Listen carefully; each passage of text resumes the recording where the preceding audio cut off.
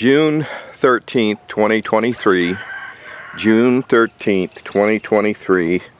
9 a.m. Southeastern Florida, USA. Homestead, Florida, USA. This is my 1994 Astro van project. This is a video log, not a how-to. So I show you my mistakes too. But I'm happy to share with whoever's watching the video that I got the van running last night. And I have to reiterate, do-it-yourself work is at your own risk, and death or injury can result if you don't follow safety precautions or you forget to do something like wear safety glasses or use jack stands, and if you use hydraulic lifts, those things fail so quick. So if there's one that's sketchy, either repair it or replace it. It'll come down like a ton of bricks if a hydraulic, but use jack stands for sure, and several just in case.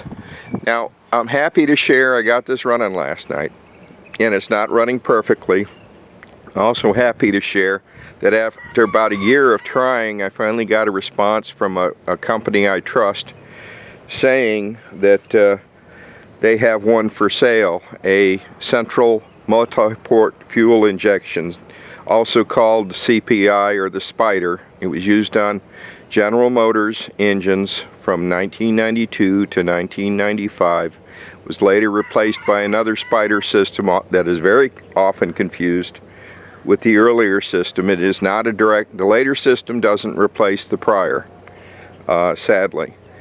And so you have to fix the 1992 to 1995. So I got one on order from a well-respected company, and I'll install that as soon as I can. But I had pulled out the CPI, let me just say that, it's easier to say, the Spider from this 94 Astro van, and put it on the bench, and I cleaned the maxi injector. I had replaced the regulator. I later found out that the regulator was adjustable, so I set it to spec, a 62 psi with key on, engine off, and that's a critical thing. And while working on it, of course, I had to have a problem with the handle breaking, and I got a new handle to replace it. The new handles are metal instead of plastic, but anyway, can't believe it lasted this many years. I must be not hard on car handles. But anyway, happy to report that got it running again. What I'm going to do today is I'm going to do an oil change, and I'll explain that in a minute, why I need to do an oil change right away. But I got to run to town, into Homestead, and get more motor oil, 5W30. And I have to explain, if you see it smoking, it's not rings. It's got, well, it does, 210,000 miles on a 4.3 liter V6.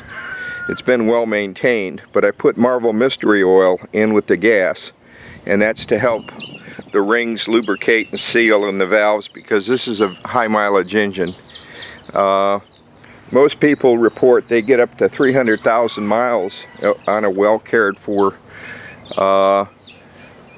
4.3 liter V6 General Motors engine that was used in a ton of vehicles in the years. This is a 94.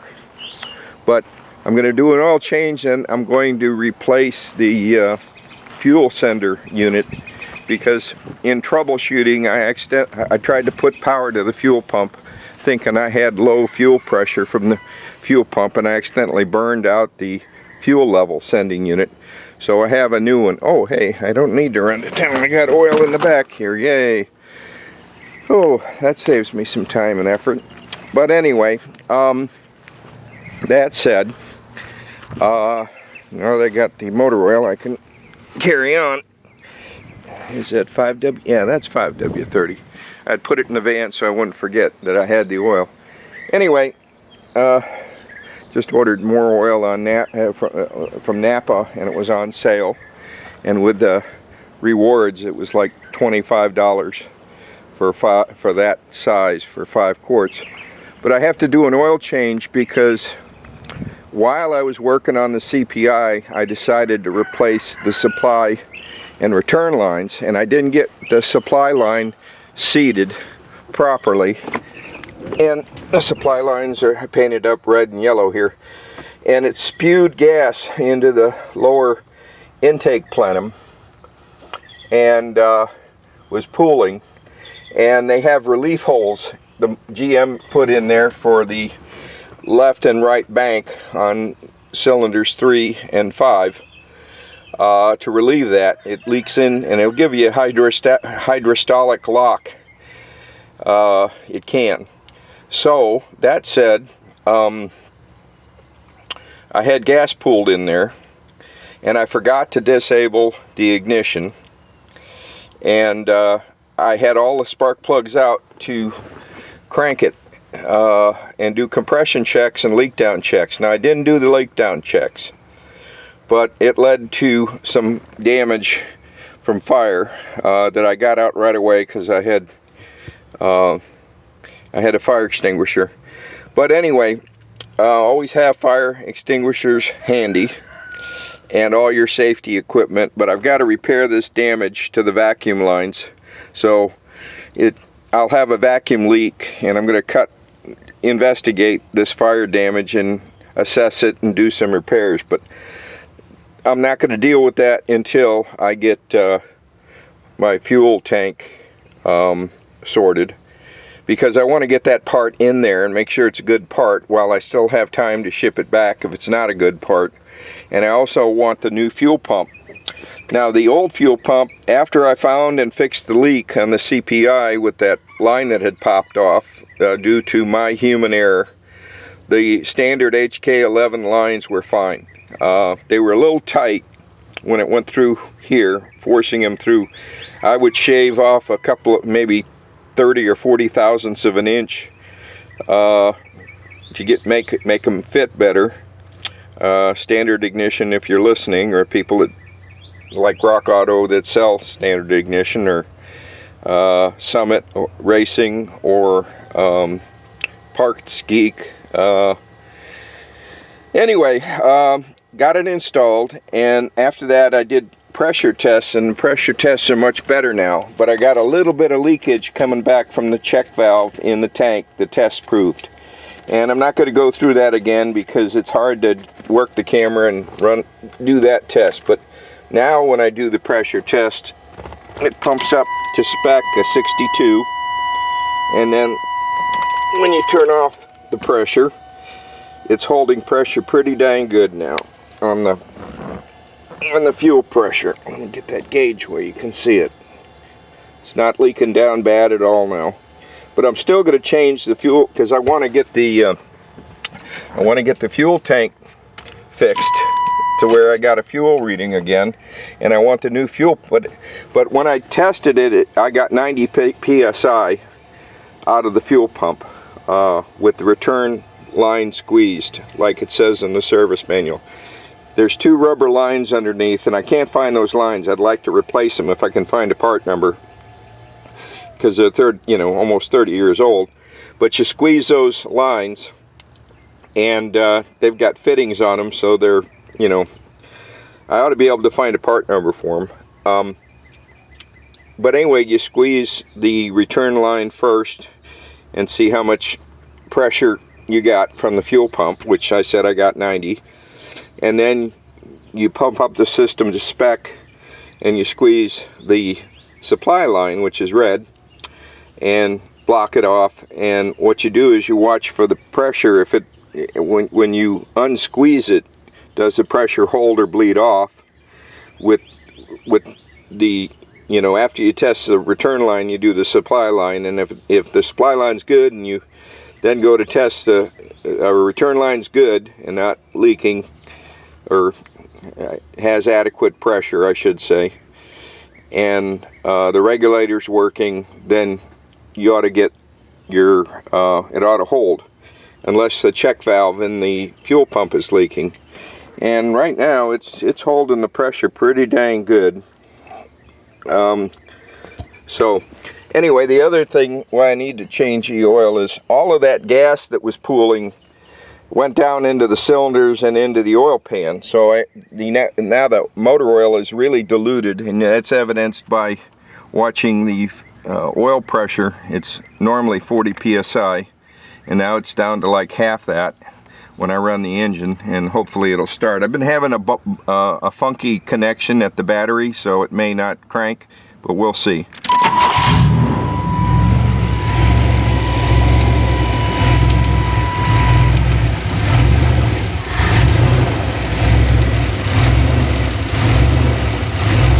And I still got that surging at idle. And I don't know, I've replaced every sensor on this engine. I've replaced the O2 sensor several times. I've replaced the distributor. I've replaced the map. I've replaced the IAC. I've replaced the EGR. I've replaced the ignition coil. I've swapped out the computer. And of course, when you swap it out, you have to move the chip. It's doing pretty good right now compared to the way it was. And with key on engine running, as opposed to key on, it's around 50 psi, so that's a little low. And like I said, the maxi injector may be sticking or not working, and I can't find a part number or a source for the maxi injector, or I'd replace it. But I have a new CPI unit coming, and this for a 1992 to 1995 General Motors V6 that'll drive you insane if you don't know these things that I'm telling you. But anyway, make sure if you do compression checks without spark plugs in, you need to disable the ignition. And setting the base timing on this was a bear. I had to disconnect this connector, and I had to use that Rube Goldberg thing that I showed you, a jury rig, where I put a hose from the leak down tester from number 1 into a jar of water. Didn't put the hose in the water until I had rotated it near top dead center on the compression stroke. Not to be confused by the exhaust stroke, because you will get a few bubbles with the exhaust, but you'll get a lot of bubbles on the compression chip. So anyway, I got to change the oil because my oil pressure is down and like nil, because it's got the gas diluting it. But this is pretty dang good compared to how it was. It was real bad before.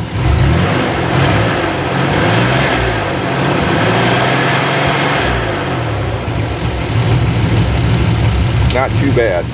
I'm hearing a clicking noise occasionally. I don't know what that is. I'll try to turn the AC on, see. But I've probably got damage here to these vacuum lines. I gotta find and fix so I can get a better vacuum. But the vacuum's pretty steady. It's in the middle of normal now. And I'd also changed the intake manifold gaskets. So do-it-yourselfers, if you're frustrated, and you can watch my old video logs and see how frustrated I was. Boy, I was frustrated at different points. To get where I am right now, I'm very happy with this. And on a prior video, I fixed the air conditioner, and it's low on refrigerant again, but it took a year for, hey, if I got to put refrigerant in it once a year, that's fine. In the past, I put in stop leak, and I gummed up the whole system, and I had to change the expansion valve. I don't know why it's backfiring. I don't know why it's backfiring. Maybe I got a valve sticking or something. But anyway, I need to change the oil next. I'm letting it warm up a little bit before I change the oil. And like I said, this vacuum gauge is, that's the best vacuum reading I've had. And of course, I said I took this the CPI, the maxi injector out, and I cleaned it. That's on a prior video log. And I'm sorry, I'm not good at editing, so you get what you get. As I shoot the video, I put them up. And but again, you have to be sure you follow this do-it-yourself stuff. If you have a shop you trust, let them do it. But the value of these videos are so you can speak to the mechanic intelligently if you have a CPI problem on your 92 to 95 GM vehicle that has this 4.0-liter V6. And I'm really bugging the companies that make the parts for the CPI, like GB Remanufacturing and some of the others like AUS and Delphi, that they need to keep making parts because they made so many millions of this engine that they're not going away. And there's really no options here unless you want to spend $3,000 to update the fuel injection.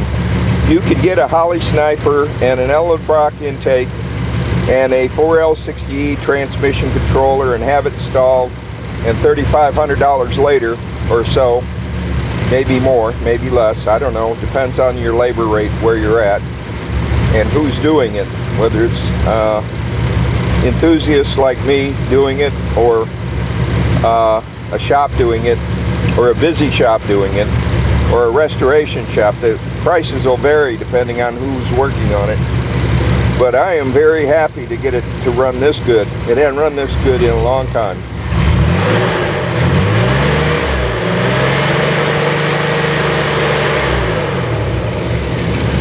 And when I get my new CPI, I'll put it in, and hopefully today before the weather goes south, because they're calling for thunderstorms again this afternoon, or by midday with a high of 92.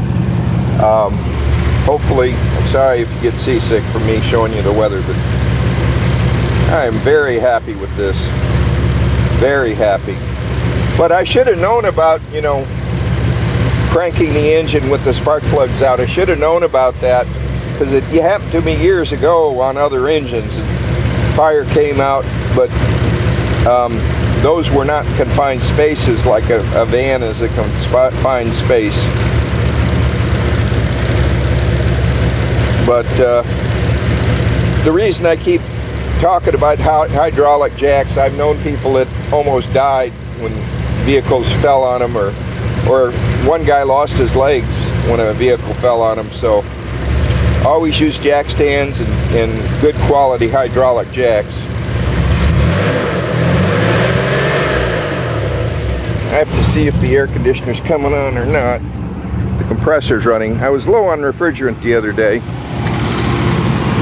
Oh, the air, yeah, it is running. And the reason I said there's a sensor here that you have to bypass, if that's the low refrigerant sensor. A lot of people say, my AC stopped working. So the first question is, you know, pull this connector loose, put a jumper on it. This is on a 94 Astro van. Yep, and the high pressure sensor I installed on one of my other videos. But I'm hearing a noise occasionally. Got to ferret that out. I'm hoping to get this vehicle strong enough that I can take it on a road trip. I may have to do a valve job before it gets that far, but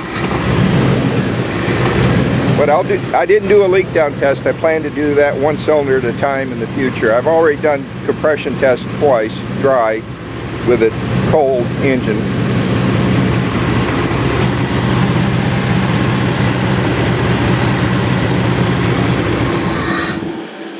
Oh, that wasn't good. Stopped running on me. But that's with the engine surging, and I haven't found the source of that yet, what's causing that.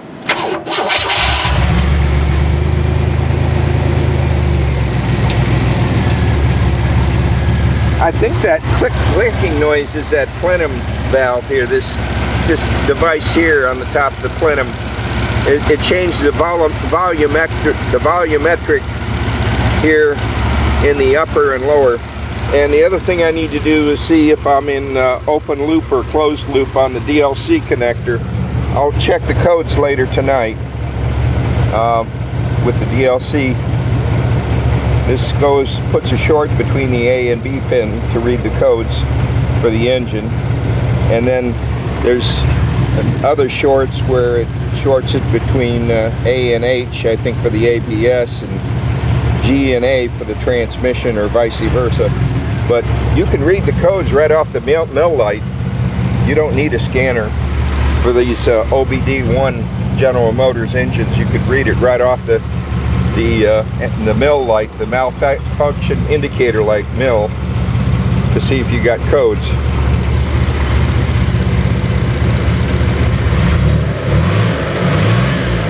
I got one code I can't get rid of. It keeps saying I got a problem with the stop light being on all the time, but I got a new stop light switch in it. But the other thing is you can smell the exhaust, see if there's gas in it, if you're too rich. It was way too rich with that line popped off. So anyway, hope you're enjoying my video logs. This is not a how-to, a video log. I show you my mistakes, and I don't try to tell you the best way or the only way to do it. People argue about the best way to do anything, and that ain't me. I don't have time to argue with you about the best way to do anything. I'm just showing you how I did it. And I hope you're enjoying the video logs. This is Dennis Sietsma, Dennis John Sietsma, Homestead, Dennis Sietsma, Dennis John Sietsma Productions, Homestead, Florida, USA. Thanks for watching. And I got to get after the rust here. I'm trying to find a body shop that can help me pull this windshield and do the work here above the windshield so it stops leaking. So I'm in Southeast Florida, USA. And I used to say Dennis Sietsma at the beginning of the videos. I'm trying to remember to do it at the end because there was a schism in my family, so I'm not real happy with the Sietsma name. So, and I'm too thrifty to change the name. But anyway, so far so good, eh? Pretty happy with this.